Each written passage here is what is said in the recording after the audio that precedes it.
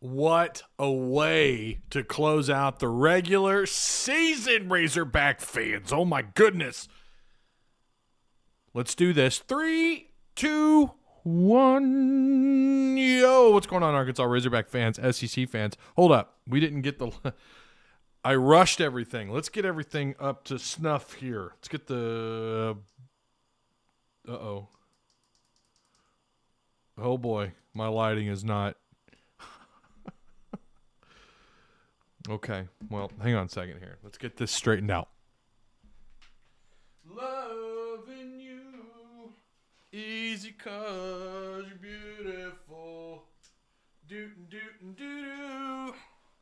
Hi, hi. All right. How's that? Is that any better? Let's get this. I was rushing it. I know I wanted to stream the game on Twitch. I really did. And I was messing around with my OBS settings, trying to get them. I haven't streamed on Twitch in years. I'm not kidding. It's probably been 4 or 5 years. And, well, the game started late. I don't know, for those of you who have, however you watch the game, I missed like the first 4 or 5 minutes of the game because it wouldn't, ESPN wouldn't switch over and I didn't have access to SEC alternate. So I don't know what the deal was there. So I thought, while trying to get my everything set up, I said, well, I'm already missing the damn game. So I didn't do it. And like I said, I was going to let you guys know in Discord first if I was going to do it. So obviously did not. But, oh my goodness. Heart attack hogs. Listen, I am way too fat for the Razorbacks to be doing that to me. I don't need ulcers. I don't need to have a brain aneurysm. That was ridiculous. A&M came to play. I don't know what else to tell you. I'm not digging the lighting here. That's going to drive me crazy. All right, let's... Apparently my selfie light is unplugged. That's driving me nuts. I've got this huge studio light beaming down on my face. Fishman with the $5 super chat. Just got back from Tallahassee to see a great win. Woo pig. It was a good win. You faced some adversity in this one. I've got a lot to go over. Do me a favor. Like the video. Let's get the likes up. And then subscribe if you haven't already. We're up, I don't know how many subscribers over the last week, but welcome to all you newcomers. If you got friends and family, copy and paste this stream, send it to them. And hey, they'll thank you for it later. I'll thank you for it now if you could do that. So yeah, shout out to all the new subscribers though. Check out PT and Patreon. By the way, where is my I don't have my super chat logo up, do I? Oh no, let's fix that really quick here. And then there's a lot to discuss this week. Oh, so much happened today alone. Recruiting news, I mean, you name it. All sorts of awesome stuff. Here we go. Is that it? Oh, look at that. It takes up the whole screen. Let's minimize that and move it off over here. I love doing all this while trying to stream. There we go. All right. Okay, let's kick this thing off. Shout out to Super Chat. Got that going. J.R. Shelton, A&M could have shit in a swing jug today.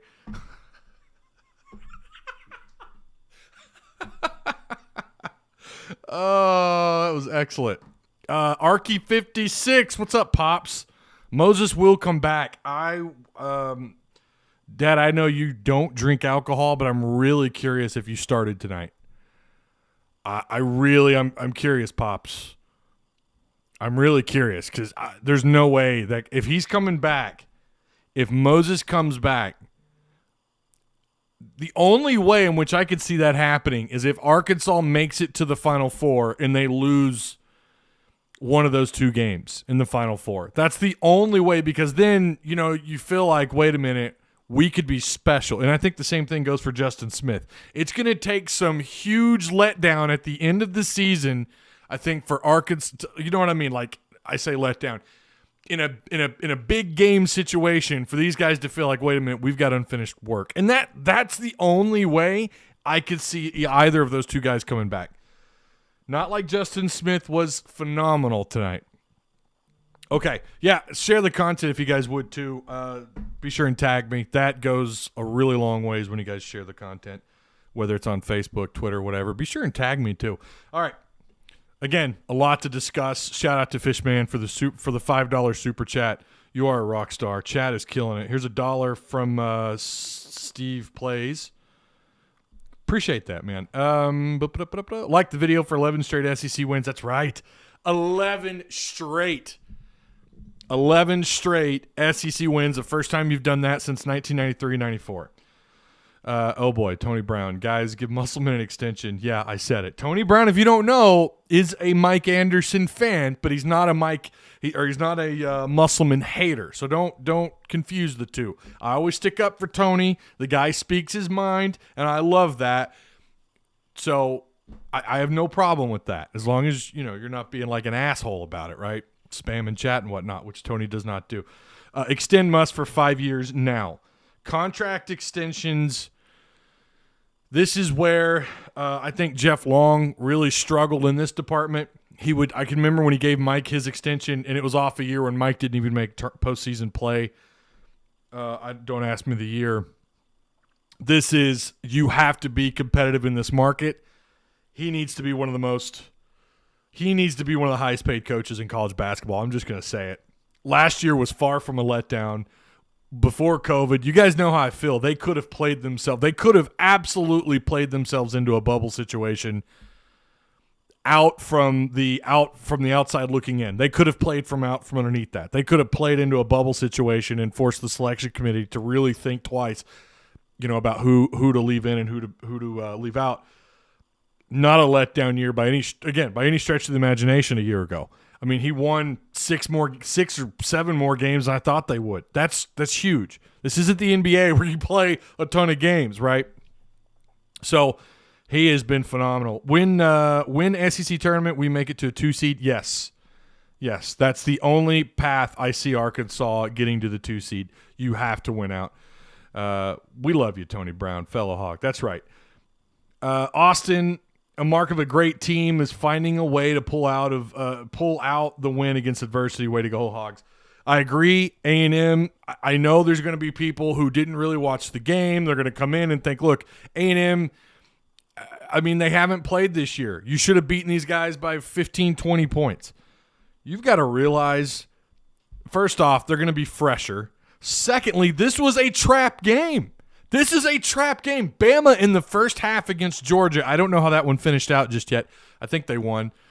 Last I looked, it looked like they had kind of bounced back. But A&M trailed as many as 15 points in the first half to Georgia. A team that Arkansas crushed their souls. Beat the pants off those guys. Okay? So this was a trap weekend for teams like Arkansas and Alabama. Love that they came back from adversity. Again, this was not their greatest basketball of the year, but then again, when you look at the numbers from the floor, how well they shot, it was far from their worst game. Defensively, in the first half, several more open looks than I would have liked. I will say that in the second half, that foul on Tate was ridiculous. It was supposed to be a foul on the A&M defender, and then they switched it. That was the most ridiculous thing. Arkansas had to kind of overcome that horrible call. There were a couple of very questionable calls, light contact calls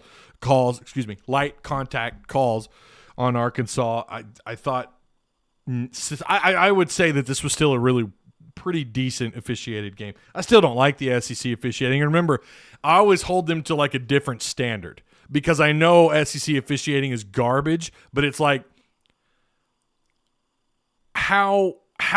what level of garbage did they officiate? And I'm going to say it was not horrible. And I'm not saying that just because Arkansas has an 11-game win streak in conference play either. All right, let's get into the meat and potatoes. Again, so much happened. Razorback football recruiting news. Let's start there.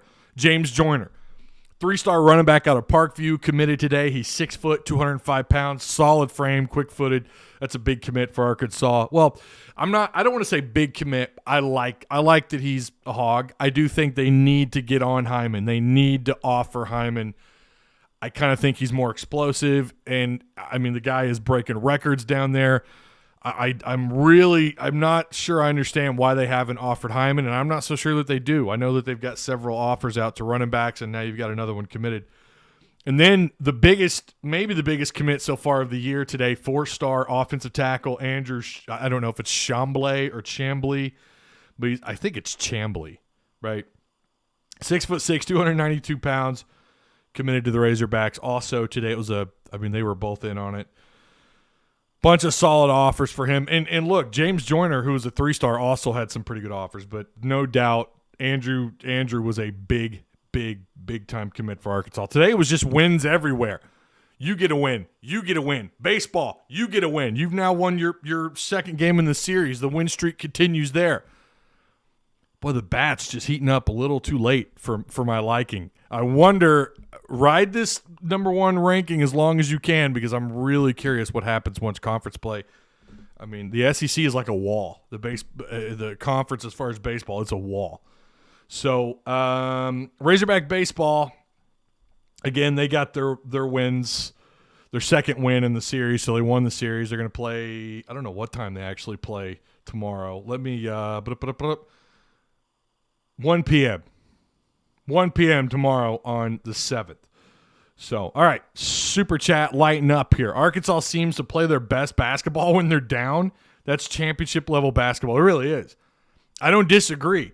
I would like that they didn't give up so many open looks in the first half, and they do that every single game. Look, I understand 2 or 3 open looks here and there, but they give up so many. And they changed that in the second half. They switched up a little bit with their personnel on the floor. I mean, their bounce back in the second half was fantastic. And you also have to consider A&M, who got off to that big run in the first half.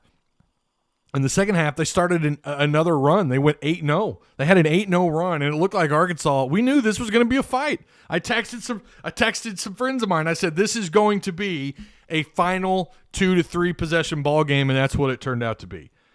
I said that with like 7 minutes to go in the second half, and here we are. It was just that is when you can respond to adversity like the Razorbacks have done time and time again. Incredible. Also, something else to consider: Arkansas lost 1 game. Is that right? Is it one game in Bud Walton? That's incredible. But I thank you for the super chat, Spawn Quest. Mr. T Dub, Woo Pig, 2022 recruiting class will be top 20. And I am Prue with the $4.99 super chat. I appreciate that. Tony Brown, can you go over SEC tourney scenarios? I want to hear what you got to say. This is where I get most of my Razorback commentary. Well, I appreciate that, Tony. Let's go over seeding really quick. Okay, Joe Lunardi. Now, I know we're skipping the tournament here a little bit, going off to the March, but this is where Lunardi had Arkansas and Bama, and you know, they had, right now there's 6 teams. There's 6 teams. Bama's at a 1 seed. Again, remember, they trailed 14 points in the first half to Georgia. 14 or 15 points in the first half to Georgia. And if I remember right, Georgia had a decent lead against the Hogs for a little bit in the first half when they played. Arkansas's a 3 seed. Tennessee's a 6. Mizzou's a 7. Florida's an 8. LSU a 9. Now, talking about the SEC tournament, someone I think everyone should keep an eye on, maybe I'm wrong, but someone who could play their way. I mean, right now they're a bubble team. They're in there competing with like 10 teams, 8 to 10 teams in the bubble, and it's Ole Miss. They could be pretty dangerous in the SEC tournament. Their BPI is top 50. Their net rank is top 60. They've got a 3-4 record against Quad 1. If they were to make the SEC, just make the SEC championship, they could sneak by other bubble schools and make their way in. I think Ole Miss, I don't know if you want to play them. I don't know. And I mean, anytime you have these teams in the bubble or they're floating around, and again, I don't know if Lunardi, I don't know if the selection committee wants to send that many SEC teams to the tournament. I'm not so sure. I don't know. We'll see. I will be honest with you, and I know I might catch a little flack for this. I'm okay with that. I think the SEC basketball this year was not that great. It just wasn't that great. I really thought Tennessee would be a lot better. I thought LSU would be a lot better. Florida a lot better. I understand COVID played a role SEC basketball, in my opinion, was not top 3 in the Power 5, Power 6. I just don't think they were. I do think Big 10, Big 12 is up near the top. I think you're probably only ahead of maybe the Pac. Just not impressed with SEC basketball. So that's going to play an impact. That's going to play an impact on the SEC tournament. You know these coaches are aware of that. You know these players are aware of that. I mean, they're going to tell their players to ignore all the fluff. Ignore the fluff, baby. Let's not just go out there and play it game by game. That's what they're going to do. But the tournament's going to be interesting. Bama and Arkansas obviously going to be favored to play in the SEC championship. I love how Arkansas has played so well against adversity this year. And I mean, look, that 11-game SEC win streak hasn't necessarily all been pretty. But then you have teams like Texas A&M who, again, they have nothing to lose. They walked in here and they played some of the best basketball. I think shooting percentage-wise, it had to be one of their – I mean, again, they only played 17 games this year, I believe. But, it had to be a top 3, top 2 performance shooting-wise, shooting percentage-wise. Hold on. Let me get back to Super Chat. Let's see. Mr. T-Dub, almost 90 folks watch, but only 32 likes. Come on, y'all. I agree. Get the likes up. Get the likes. Tap the like button. Already 30. Look at you guys. Almost $33 in the old Super Chat. Ty, this win has to scare Razorback fans. Just me. Scare you? I mean, again, this was a trap game, Tony. I don't know about scare. It has me more excited than anything. I hope, and I do think their time was spent this week just getting ready and getting mentally prepared for the SEC tournament. Musselman doesn't really overlook teams. I think you could make the argument if they overlooked anybody this year, it was A&M. Again, you look at the open looks in the first half, but the way A&M came in and shot, you just can't. It's hard. It's really hard to. It's hard to stop when teams are shooting. I mean, they shot 50% from the floor like the entire game. They were shooting north of 45, 40, 47% at three-point range for the vast majority of this game. They were not missing contested or uncontested shots. Now, you're probably going to face more of that in the SEC tournament because everybody, with all the questions surrounding COVID, surrounding, how does the selection committee respond to what I think was not a stellar year. I don't think SEC basketball was bad. It just wasn't as good as I thought it would be. And again, I think there's maybe third or fourth of the Power 5. And I think Big 10 and Big 12 are pretty far ahead. Arkansas does remind you a little bit of KU. That's usually the comparison that people make, especially the established media folks. Hang on just a second. I had something I wanted to pull up.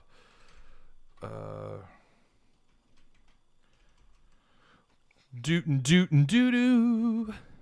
Ha, ha. All right.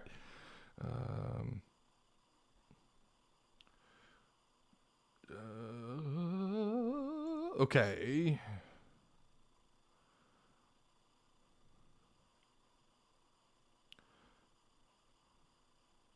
Okay, you want to talk about this? Is it? This is what I wanted to find. The SEC tournament odds. Tony wanted to know about odds. Right now, Alabama has 9-4 odds. Arkansas 3-1. Tennessee 7-2. Florida 5-1. Missouri 6-1. And then it just goes from there. It's 10-16. LSU at 10. Kentucky 16. I would put Ole Miss in front of Kentucky. I would. I'd put Ole Miss in front of Kentucky. I would probably give them 14-1 odds or something. But I don't. They've got them 35-1, and then it's just downhill from there. A&M 300-1, Vanderbilt 500-1, Georgia 200-1. So if that gives you kind of an idea, we'll see. Let's wait till the day is over. Maybe I'll do a pre-tournament live stream or something, and we can kind of break this down a little bit better. But I like Arkansas's path is a little bit easier because of where you're at in the SEC, but you wonder if it's now in Musselman's mind, look, you won 11 straight. You should be, no matter how the tournament, unless you win out.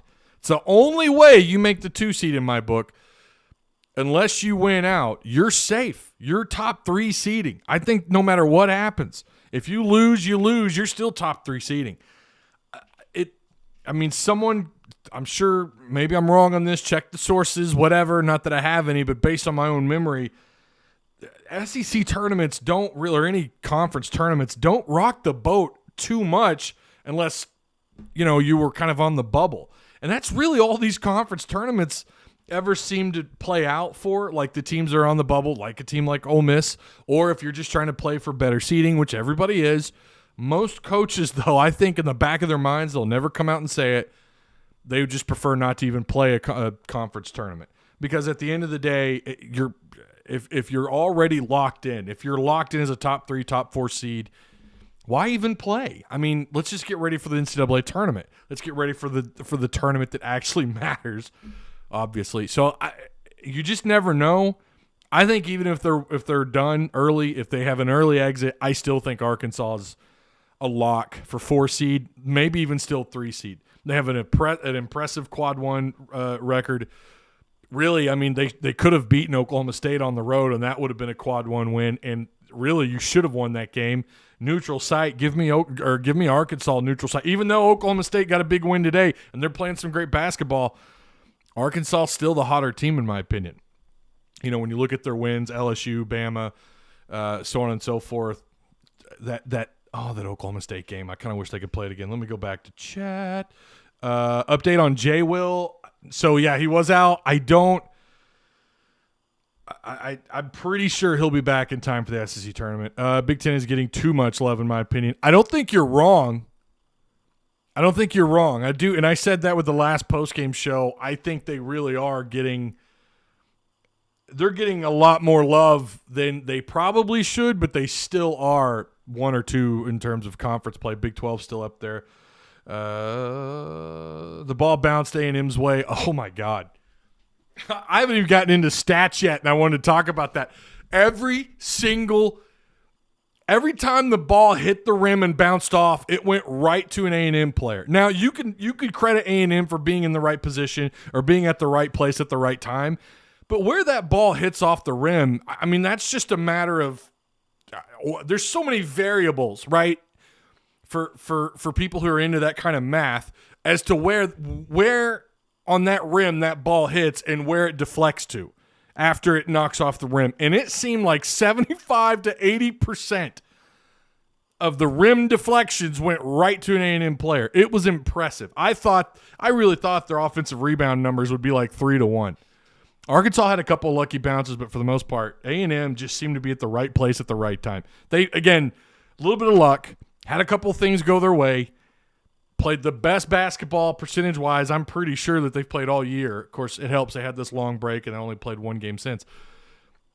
But they came in and they rocked it. I mean, they played, in my opinion, they played good enough. They could have been competitive with anybody, maybe anybody in the country with the way they played.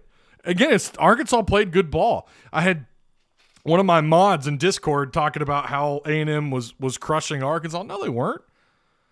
Percentage numbers-wise, no, they weren't. Arkansas was shooting like 45% and 90% from the free throw line. They were shooting everywhere else. They were shooting 45, 50%. No, this was just A&M coming in and playing great basketball. And even they had a couple of questionable calls go against them. So, again, this isn't an officiating thing. This isn't Arkansas playing terrible ball. This was A&M coming in and playing great basketball. Woo damn pigs, says Jenna. I think this will be the year Arkansas reestablishes itself as a national blue blood basketball school. In-state talent, rabid fan base, fantastic coaching. Arkansas basketball is back, says Spawn Quest Gaming. Big Ten is good. No, I agree. Big Ten is good. I just think they were way overhyped, and they've been given so much love. Moody over Cam Thomas, but they're gonna give the SEC Freshman of the Year. Oh, for sure. That's how it's gonna roll, despite what he did. All right. Again, we went over the Lenardi numbers. Okay, around the top 10. That was another question that I had. Someone hit me up in the DMs about the odds that Arkansas is in the top 10. So I think CBS put Arkansas in the top 10 today, or maybe it was a few days ago. Here's what happened around the top 10. You had a couple outside the top 10. I think you had at least one loss. So there won't be much movement behind Arkansas that I saw. Again, I could be wrong, and there's still a lot of games left today. But Number 7 Ohio State loses to number 4 Illinois. They dropped that one 73-68. I don't know that, and I think that was a road loss. I don't know that they move much at all. I don't think they drop out of the top 10. West Virginia, number 6 West Virginia loses a close one to number 17 Oklahoma State. They could move back a little bit, but Oklahoma State is playing some fantastic basketball. I was going down the kind of the Twitter rabbit hole there, and West Virginia fans were just screaming about how Oklahoma State the officiating in that game was the worst they'd seen all year, but you know how that goes. Everybody does that. Now this is the big one. This is where Arkansas more than likely gets into the top 10. Villanova, number 10 Villanova loses to unranked Providence by 2. And then you talk about the movement directly behind you or around you, or well, technically Florida State's ahead of you in the AP, I'm pretty sure. Number 11 FSU loses to unranked Notre Dame by double digits. They lost by 10 points. So I think I feel pretty confident Arkansas moves into the top 10. When was the last time Arkansas was ranked top 10? Do I need to bust out the media guide here? Because I really don't remember. I would guess the last time they made the Sweet 16 that year they were.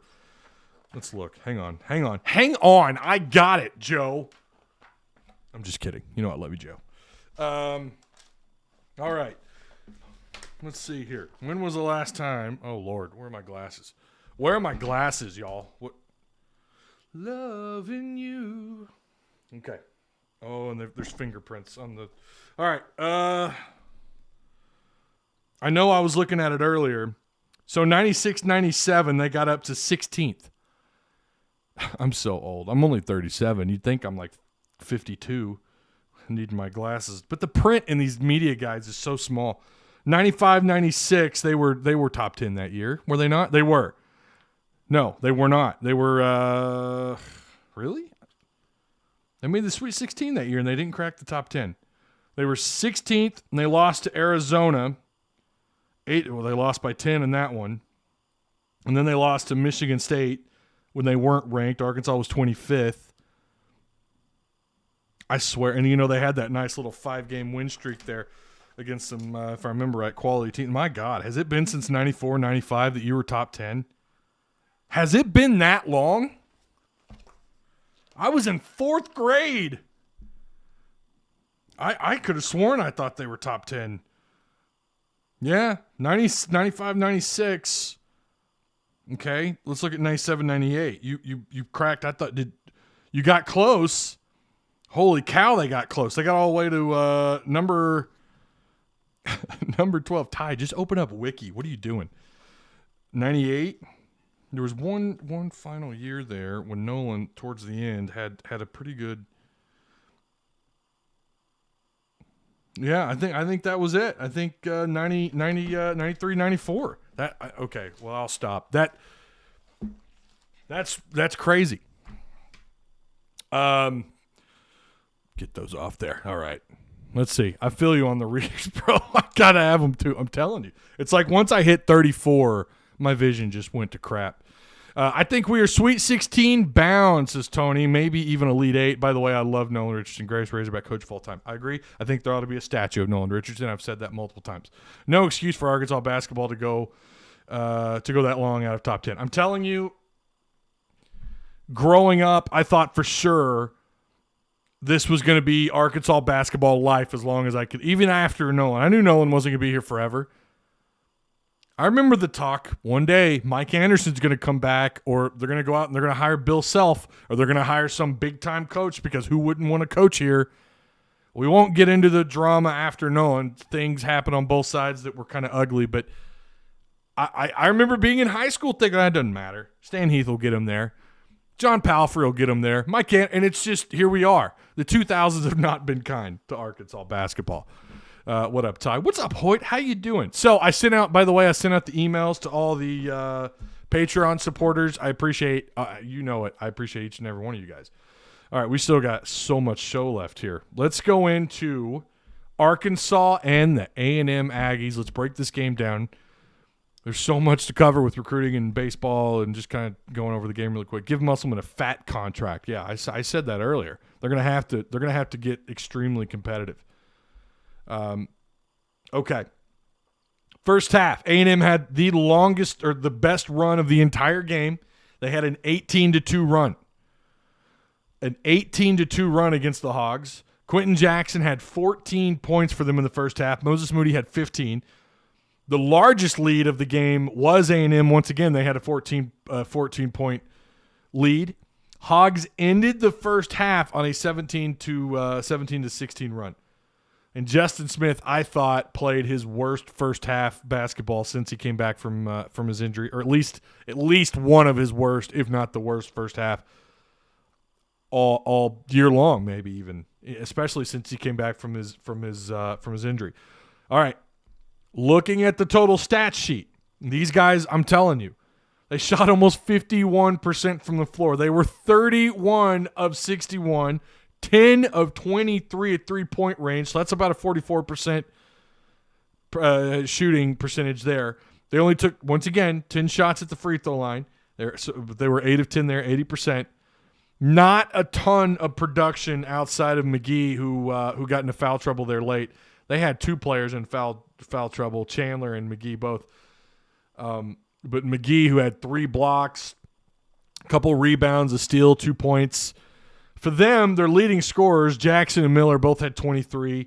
Miller with the double-double, 10 rebounds, 4 assists. He had a steal. He did turn the ball over 3 times, but he had 23 points. Again, Jackson, who had just 1 rebound, 1 assist, 2 steals. Miller was a killer. And, wasn't really – I mean, again, not that you knew a whole lot about what A&M was going to do today, but I'm not going to lie. Them having 2 guys at 20-plus point range. And then Flagg, who really, watching him fly all over the floor, I'm surprised he wasn't called for more fouls. This guy had 1 foul, but he had 16 points, 5 rebounds, an assist, and a block, and he turned the ball over 4 times. They ended up turning the ball over 17 times to Arkansas's 11. Careless passing, I mean, you take away 2 or 3 of those bad passes, right? Better shot selection, especially in the first half. I thought some of the shot selection was just not good. But they made, once again, they don't panic. They're down double digits early on. And it looked like it was going to get ugly. I mean, when they got up to that 12, 13, 14-point lead, it was like, oh, we're 1 possession away from this thing really just getting ugly. If they knock down a 3 and they gain all the momentum, it could be a big problem. Arkansas able to close the first half like they've done so many times this year. Played fantastic basketball there in the final minutes of the first half. Then they come out in the second half. They give up, A&M goes on this 8-0 run. That normally, I think for Mike Anderson coach teams, Palfrey, Heath, the later years with Nolan, that 8-point lead or that 8-point stretch with them coming back from a 14-point deficit, I think normally would have been, I'm not going to say a final dagger, but would have been extremely problematic, and Arkansas fought the entire game. They are not selfish. That's the difference between this year and last year. One of the many differences, but it's a key difference. Last year, and I'm not going to lie, I love Mason Jones. That guy, and you remember him and Eric Musselman getting into it on the sidelines. I remember people seeing that and posting the video on Twitter like he's got to change his attitude or Musselman's getting on to him too hard. I think what was going on there was Musselman was tired of him being so selfish. Again, you don't have a problem with him knocking down, having the kind of points he was having, but this system works better. Well, just watch this year's basketball compared to a year ago. Compare the two. It's selfless basketball. And look what they do. They go on these huge runs. They go on these 14-2, 14-4, 16-3 runs. And it's ball movement out on the perimeter. It's attacking the lane, softening up the inside, drawing fouls. Tate and now Tate is a giver in the foul category as well, but he can sell the fakes, man. He could sell the fakes and draw fouls. Moody does it better than anybody. And remember, they haven't had Jalen Williams, who is a big-time drawer of fouls, especially when it comes to setting his feet and taking the charge. They were without that. That's production on the floor. It may not necessarily show when you look at the stat sheet, but that's the difference this year, along with, obviously, size, talent, depth, so on and so forth. Selfless basketball is why this team Just looks different than a year ago. Last year, it was like if Isaiah Joe and Mason Jones didn't go off, you were in trouble. Or you had to rely on Jimmy Witt knocking down those 15-footers. That's over. It's anybody can score on any night, and that's exactly what happened. Arkansas, 50% from the floor, 31 of 61, 9 of 24, almost 38% at three-point range. You're going to live with that absolutely on that many attempts outside. Like I've said, you're going 16, 17, 19, 20, 24 attempts. It's nice to be north of about 33 to 35%, and that's exactly what they did. They were at almost 38%. Free throw line, they were 90% for most of this game, ended up 16 to 20 at 80%. Only rotated 3 other guys off the bench, Jackson, Seals, and Note. Note comes off the bench, gets you 3 steals, 4 rebounds, 2 assists, 9 points. Okay, Moody, your leading scorer, 28 points. He did a little bit of everything tonight. Couple steals, couple assists, 4 rebounds. Tate, close to a double-double, 22 points, 7 rebounds, 4 assists. It's like anyone on any given night. And Tate's kind of been off and on the last 5 or 6 games, right? Look what happened tonight. It wasn't selfish basketball. It was selfless basketball. And it's just better. It's a better product on the floor than what you had a year ago. It's why this team, I think, would run laps around last year's team. And remember, you're cutting into the amount of games you played this year because of COVID, and I realize the SEC tournament was cut short last year, and who knows how far that team could have gone in the SEC tournament, but they were really fighting to be a bubble team in that scenario, and then at that point it's a coin flip as far as how far you go. But I'm just so impressed. Turn the ball over 11 times to their 17 times. Yeah, they had double the block amounts, 4-2. Rebounding, they beat you just by a little bit, 31-29 in the rebound game. The offensive rebounds, I'm not gonna lie to you, I thought that number would be like 2-1, and it was they had one more offensive rebound than Arkansas, 11-10. So you had a little bit of luck, but a lot of it was patience, not overreacting, not getting too emotional. Although Tate does his normal every time there's a foul or whatever. But not getting too emotional, keeping your head in the game, playing selfless basketball. And it's look at the difference. Last year, Arkansas loses this game. Tell me I'm wrong. Last year, Mike Anderson's last couple of years, you lose this game. Not this year. Completely different team. One word, depth. Yeah, depth plays a role, but those other things matter, and I think the selflessness matters too. Mason was actually really good defensively last year. I mean, I'm not saying he wasn't. I'm saying he was selfish with the ball. I mean, his attempts were crazy. Imagine if Joe stayed for this last year. Joe, oh my. I mean, what I don't know. What kind of impact would he have? Obviously, you wouldn't have room for everybody, but he'd be huge. He would be huge. With the fact that you have something that you didn't have a year ago, like size underneath. You have depth to rotate underneath.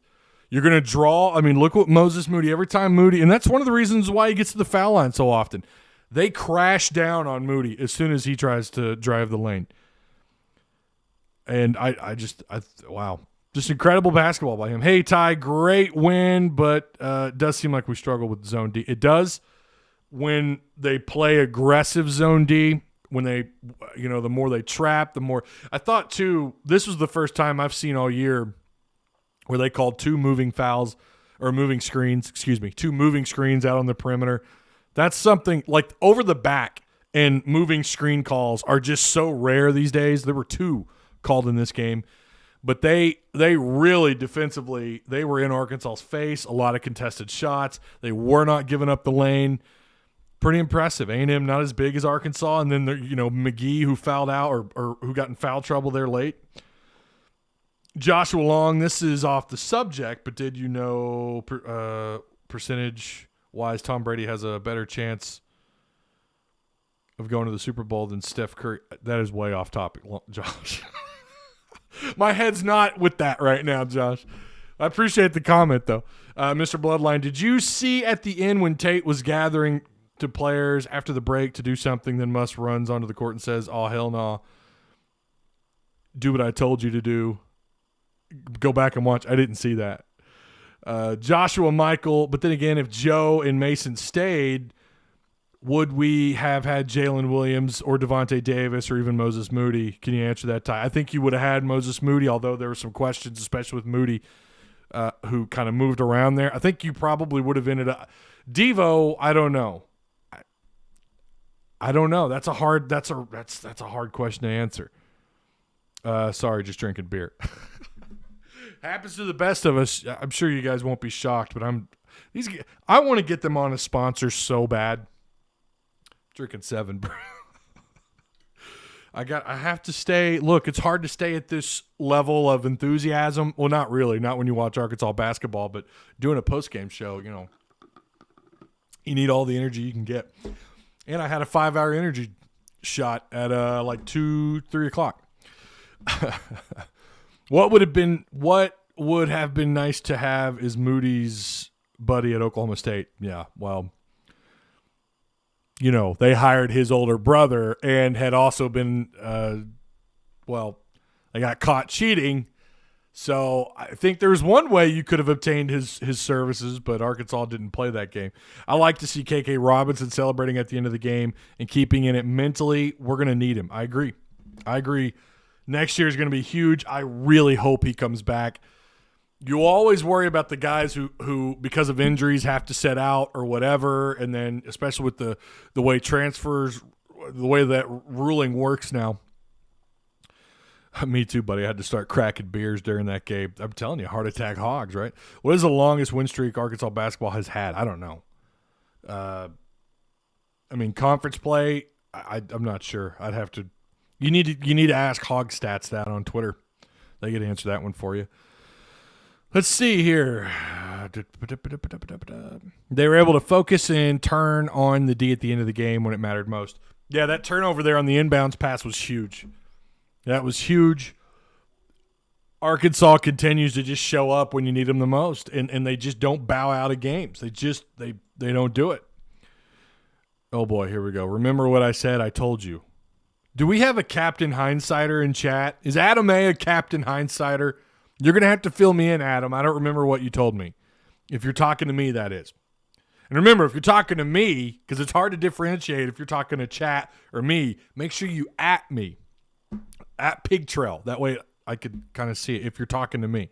And remember, Super Chat always takes precedence.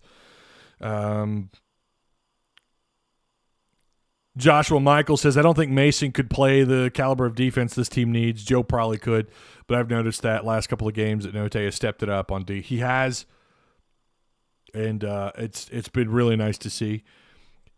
Any belief, Ty, in the old saying in getting a loss in the SEC tournament to get it out of the Hogs system to give Coach Muss a reason to fight? I mean, I can remember that being – I can remember Nolan Richardson being accused of that, giving his team a loss, even though they might have a loss at the end of the year, but still riding kind of a hot streak towards the end of February and March, and then ducking out or not going as far as you thought they would in the SEC tournament, and Nolan using that. And I don't know if that's true. He talks to the media more than you'd realize. I think he's been on – wasn't he on Bo Mattingly's Hog Pod? And he's been on the radio so many times over the last several years, especially when Jeff Long kind of brought him back into the fold. That'd be a really good question to ask him, actually. But I can remember that being something people were talking about, and even every once in a while people calling in on radio shows.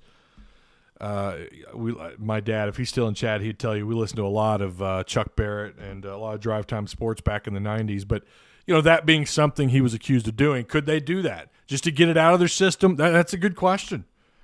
Food for thought. What's Arkansas starting 5 for 2022? I'm not getting that. I want to get through this year first, Michael.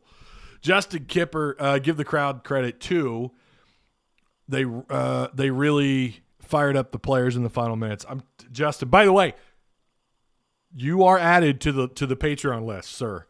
Double check that. Make sure it's there, but I got it added. Joshua Long, $5. Sorry for that. Had too many beers, but how about Moody with that clutch 3 woo pick? Yeah.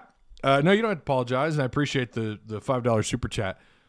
Moody has done this not all year long, but he's become clutch either on defensive or the offensive end of the floor. You have to You got to enjoy what he brings, right, to the rotation and to the final product on the – I'm starting to lose my voice. I'm losing my voice a little bit. I screamed a little bit in this one, not a whole lot. And the neighbors' dogs next door, I think they heard me and they were going crazy. Imagine a full house of Bud Walton this year would be legendary. Like I said before, I've been into some games back in the 90s. I was at some games that got pretty loud and there were 20,000 people inside Bud. I've been inside Barnhill when it was before Bud Walton came along. Of course, I was much younger, but Hog fans are loud. I think they bring it. 4,000 sound like 15,000. It's incredible. I don't know of too many places in college basketball that arena-wise that get as loud as the Hogs do inside that place. It's incredible. Late second halves, Razorback will for show pick that pocket. Yeah, they've done that a couple of times. This year. Imagine if Qualls would have stayed. Oh. Yeah, I know. We could play that game. Imagine if Gafford were here, or imagine if Gafford had played under Musselman or Portis, Qualls, those guys. Hey, Ty. Let's see. Ty is only a couple thousand subscribers away for 5,000 subscribers. Yeah, we're inching our way towards 500,000 total views. You're right. Let's enjoy the top 10 ranking. You should be top 10.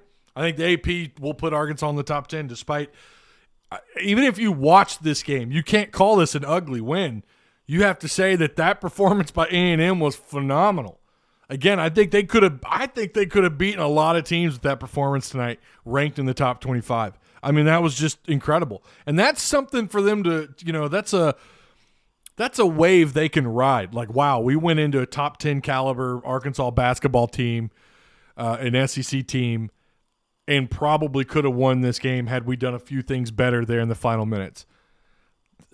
I mean, they've got a quality coach. I mean, it's hard to say that. Who knows what they're doing, getting set up for next year. And there's some people that believe that could be the case at A&M. They're getting set up for 2021, 2022. Adam A., Ty, what are your thoughts on how we do in the SEC tournament? It depends on how the day ends. I haven't seen, honestly, I haven't had a chance to look at too many, like what the bracket will look like. You're going to have a little bit of time to get ready for it. I'll say this, would not surprise me at all because I think Arkansas has locked up, and I think they're happy with top 4 seeding, maybe even top 3 seeding, no matter how this plays out. And Musselman doesn't strike me as the kind of guy that's just ever satisfied.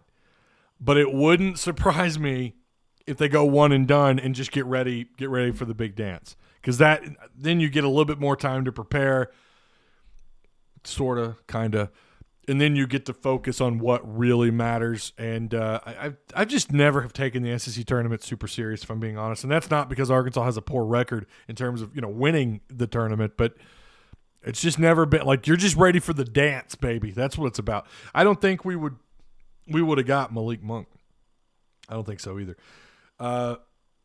Mr. T-Dub with the $5 super chat. 130 watching, only 58 likes? What is going on?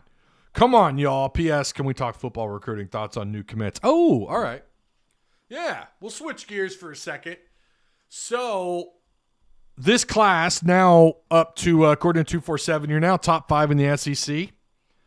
You're top, what, is it 15? Top 20, somewhere in there.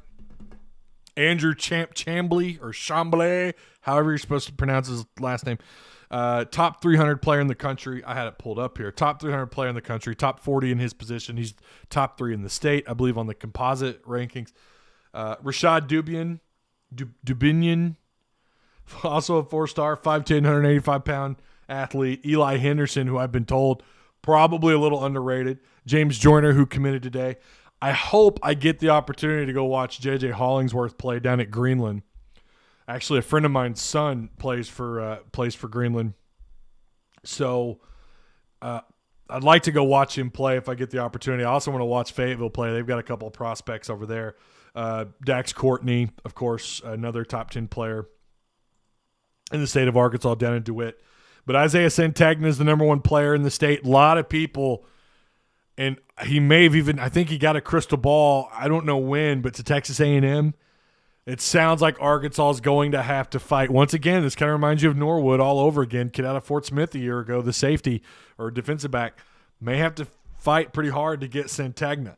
I would like to see them flip Quincy McAdoo, who's currently a 3-star wide receiver who's committed to Florida State. Big frame, 6'3.5", 6'4", about 180 pounds. Would love to see Arkansas flip him. I mean, stack up on receivers because I got a feeling as long as Kendall Briles is here, receivers are obviously going to play a huge role in this offense. You look at last year and how often guys had to step up if Burks was injured, or if Devion Warren, when Devion Warren got hurt, then Mike Woods really stepped into a bigger role. I would like to see them just turn this into a wide receiver NFL factory. Also, I mean, there's not a position, I'm going to tell you, there's not a position that's any less important than another, right? I mean, obviously, that's what I loved about Brett Bielema's style of recruiting. Recruit from the inside out. Dominate line of scrimmage recruiting. That's not something they've done too well in a while, and it's kind of why you had all these issues. I'm telling you, had the concentration been on building from the inside out. Now, don't get me wrong, Chad Morris's final full recruiting year, he had a hell of a defensive class. One of the best recruiting efforts on the defensive line we've seen in a while. You had unanimous 4-stars, and you're picking up big-time JUCO defensive ends, Dorian Gerald, Matial Soli. You're able to go out and really get these guys and bring them in and build out a solid defensive line. Performance hasn't really been there, but I think it's nice to see them with someone, again, like Kendall Briles. You just lost Justin Stepp. It'd be nice to see them restock the skill position guys. Running backs are a big deal as well. But you still have Nico Davier, defensive tackle, who I think will end up getting a pretty big bump on 247. He's currently a 3-star top 500 player in the country. You've got Isaiah Broadway. I believe he's the kid that came in out of Texas actually this year. He was a 4-star. I think he kind of fell back a little bit. You still got Travell Anderson, another running back, and, of course, James Joyner, who committed. Another kid I've talked about on the Hog Talk, although I haven't been on the Friday show the last couple of Fridays. I'm going to try and make this one. My scheduling has been – it's just kicking my ass. I'm not going to lie about it. But Joseph Hyman, kid out of Little Rock, yeah, he's a little undersized at like 5'9", 175 pounds. But – that's not too far off from the guy who, Traylon Smith, who ended up taking over on carries this last year, who's only 10, 12 pounds heavier than Joseph Hyman. And Hyman, by the way, is 17 years old? He's got time to put on the weight. He's going to have another full season ahead of him. I really hope that Arkansas doesn't let him slip out. He's getting some big-time offers. Again, 5'9", 175 pounds out of Pulaski Academy. So I like the in-state crop that you have, and I focus on that primarily right now because you're in on some big-time players. You still got a Marion Harris, who's your other 4-star tackle over there at Joe T. Robinson. Shocker, Joe T. Robinson putting out talent. Color me surprised. Not really. I mean, Marion Harris, and I'll tell you right now, I have been told he's more or less a soft commit. Can't confirm that, really. I mean, we won't know that until you start seeing the guys like Trey Biddy, Danny West, Nikki Chavanel, guys like, or people like that, guys and gals, I should say, talking about it. But that's kind of what had been whispered my way, was that Marion Harris is and I think, did he get a crystal ball recently? But he's a big-time 4-star tackle. And there's the possibility, too. These guys could only move up. Don't get me wrong. They could also move down. I know Razorback fans tend to think that when a player commits to Arkansas, they fall. But we've actually seen them jump a few times. But, yeah, I mean, the in-state prospects in this class, I mean, it's not just top-heavy. And there's even some 3-star prospects, guys that don't have, all the greatest offers in the world that I think are still, they're Power 5 SEC caliber players. I think you're top 15. I mean, hell, you got Timothy Dawn, offensive guard, 6'5", 280 pounds, out of Camden Fairview. He's committed to Baylor. I think last I saw he had at least one other good offer. And someone I've been told we don't need to sleep on. He's got Arizona State, who's offered him. Kansas. Boy, oh boy, speaking of Kansas, how about Les Miles? Holy cow. It is so amazing to me that LSU just hasn't been canceled. Cancel culture is so big right now. Let's cancel everyone for every damn thing. how the hell does LSU still exist? Can someone explain that to me? All these accusations the last 10, 12 years, and that school still exists, winning national titles, competing in the SEC. Are you kidding me? If this was happening in Arkansas, I would call out the bullshit. That's bullshit what's going on down at LSU. I'm sorry. I hate that school. You got what's happening with Will Wade. This guy's caught. He's in a freaking documentary talking about paying these players. I mean, come on. LSU needs to be canceled. Someone explain to me why the NCAA hasn't just bust down their doors and been like, you're out of here. Or the SEC. Where's Greg Sankey at in all this? Where's leadership? LSU is an abomination. They are an abomination. Don't get me wrong. I know what everyone says. Oh, it's happening everywhere. Well, what happened to, innocent until proven guilty, right? If it's not happening, or if it is happening, it'll come to light. And maybe stuff like that has happened at Arkansas. I would hope that coaches handled it a hell of a lot better than what's going on down at LSU. Ed Orgeron had the same thing where people were coming to him about these allegations about, I'm not going to go into it, but some pretty serious shit. How does LSU exist? Someone explain that to me. Why is the NCAA sleeping on what's going on down there? At the very least, how the hell is Will Wade still coaching? And even more serious, if this stuff is true about Ed Orgeron, how has he not been fired? And why do if there is any kind of internal investigation going on at all, why is it taking so long? I do agree. There has to be, you're innocent until proven guilty. You do need to, take it serious, take it step by step. But it's pretty clear that there is, if there's ever been a true definition of lack of institutional control, what the hell is going on at LSU and why are they getting away with it? Why is LSU basketball? Oh, wow, they're picking up all these big-time basketball prospects left and right. Oh, here's Will Wade on an HBO documentary where he's on the phone and he's getting, right there he is talking about the bullshit that's going on about paying players. I could go on and on. I just dislike Mizzou because of their fans. But then again, Arkansas fans are pretty bad. LSU is just an abomination. It is just mind-blowing to me that school hasn't just been canceled. Where you at, cancel culture? Where the hell are you at? Here's LSU, bunch of bullshit going on down there, nowhere to be found. No, we're good. We're good. All right, I'm over that. Let me scroll down. Ed Orgeron, wow, I didn't expect Ed. LSU is going to be... What did T-Dub? Where'd it go? I had it here, and now it's gone. Hey, Ty, greetings from Arizona. What's up, Tim B? I hope you're doing well, man. All sports at Arkansas are thriving. Firing Jeff Long is the best thing we ever did. I've said this before. I liked what he did as far as raising money, and at the time, hiring Petrino was unbelievable. I know some of you might be too young to remember, or some of you just kind of forgot about, but hiring Petrino was unbelievable. Bielema on paper was unbelievable. But at the end of the day, he obviously didn't do his due diligence. You could argue he cost Arkansas more than just an arm and a leg, really put Arkansas in a tough spot. I can't defend him anymore. And now you see what's happening at Kansas. He hires Les Miles, and now Les Miles is put on leave.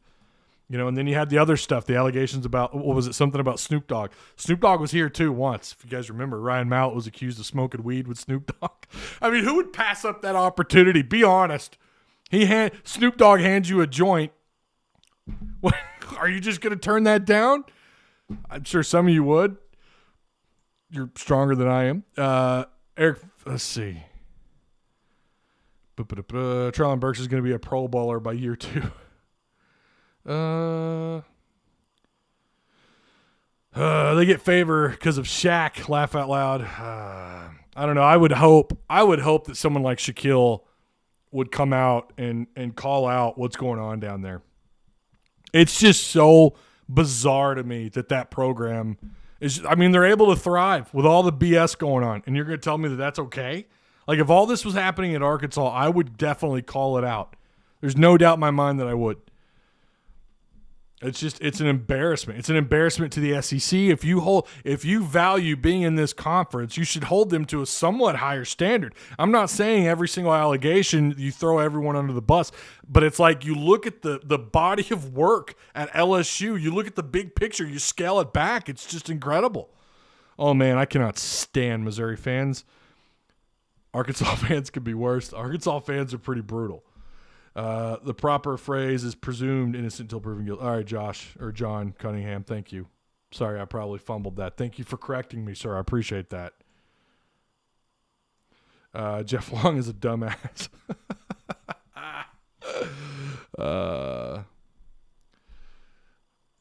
Hog baseball number 1. Go Hogs. Yep. We talked about that earlier. Would definitely smoke 420 with Snoop. That'd be hard to pass up. I mean, again, I can't say that I would. I'm currently watching Joe Klein on SC Network. Man, I love Joe Klein. Didn't Joe Klein block Pinto on Twitter? I don't know if you guys saw that or not. The gymnastic team is selling records. Hunter Yurchek deserves so much more praise. Look at what he came into. So this is, again, assuming you keep Musselman around for long term, and I think that Arkansas does. The next, and I swear I'm not trying to look past the SEC or the NCAA tournament, but the next challenge for Eric Musselman is going to be you're going to lose members of your staff. I think it's going to happen. It's part of the business. I don't know of any assistant that doesn't want to coach for him, although he did have an assistant step away during the offseason. But then you were able to replace him with a quality guy. Assistants want to coach under him. His knowledge of what works in the NBA, what works even in the G leagues, and what works in college basketball. I mean, his overall IQ of basketball and what it is in that world is pretty damn high. So I think he'll be able, assuming you lose some assistants, and maybe not. Maybe they do something insane and they keep the entire staff here. I don't see that happening. Maybe it does. And if it does, I think they're going to want to coach for Eric Musselman. Then the next question is, what about Justin Smith? What about Moses Moody? Maybe even losing some guys to transfers. We talked about KK earlier. There's always that possibility that you have pretty big in terms of scoring production. You have some turnover there. You have some depth. You have some guys transfer out. How does Musselman handle that stage at the SEC level, right? It's not like he's been coaching college basketball as a head coach for decades. How does he handle that? I think he's going to replace transfers with transfers, and I think you look at this recruiting class, they're in pretty good shape. I don't know that you have another Moses Moody next year or not, but you've had guys thrive that should be back next year who have thrived at certain points during the end of this season. Connor Vanover has had moments this year. We got to remember, I think he's a redshirt sophomore. He's got some more, hopefully there's some more development there. I think he knocked down a 3. I missed it because I couldn't watch the first few minutes.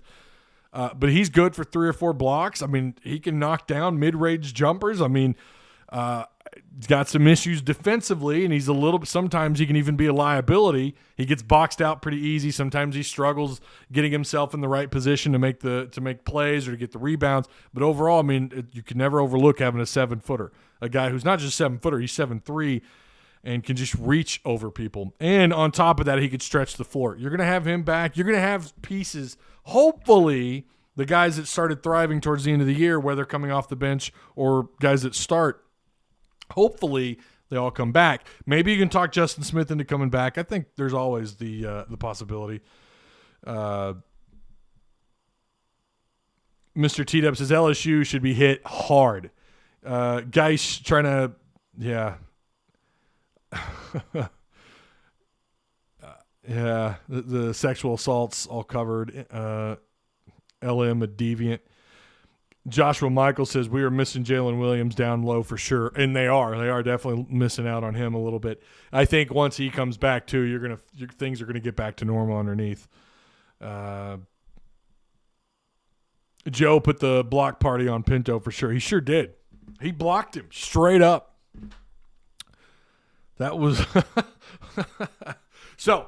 And then also Hunter Yurchek. You got to keep him too, right? I think we all agree with that. You've got to keep Hunter Yurchek. I think his coaches love coaching for him, and they love being a part of the Razorback family under him. He gets enthusiastic about all aspects of Arkansas sports, and you look at how successful they are from top to bottom. And I say bottom, I'm not trying to say that one sport is far more important, but let's be honest. When I say top to bottom, we're talking about the financial, the parts of the school that draw in the most income. They truly, I think they all love coaching for Hunter Yurachek, but they're balling. I mean, women's basketball, softball, gymnastics, track, which Arkansas is going to always be great at track. I don't care who the AD is. It's just automatic. You look at basketball trending in the right direction. Football is definitely, I think, trending in the right direction, although we're a little ways out, but the win-loss record, we'll kind of see what happens next year. You guys might be a little surprised. So Hunter Yurachek is a must-keep. I agree. That's why I brought up gymnastics. Oh, okay. Doesn't Arkansas have a terrible 2021 basketball class? I think they're in pretty good shape. They have a couple of kids committed that I think there's reason to be excited about. The Waltons need to back up the Brinks truck for our coaches. Just saying.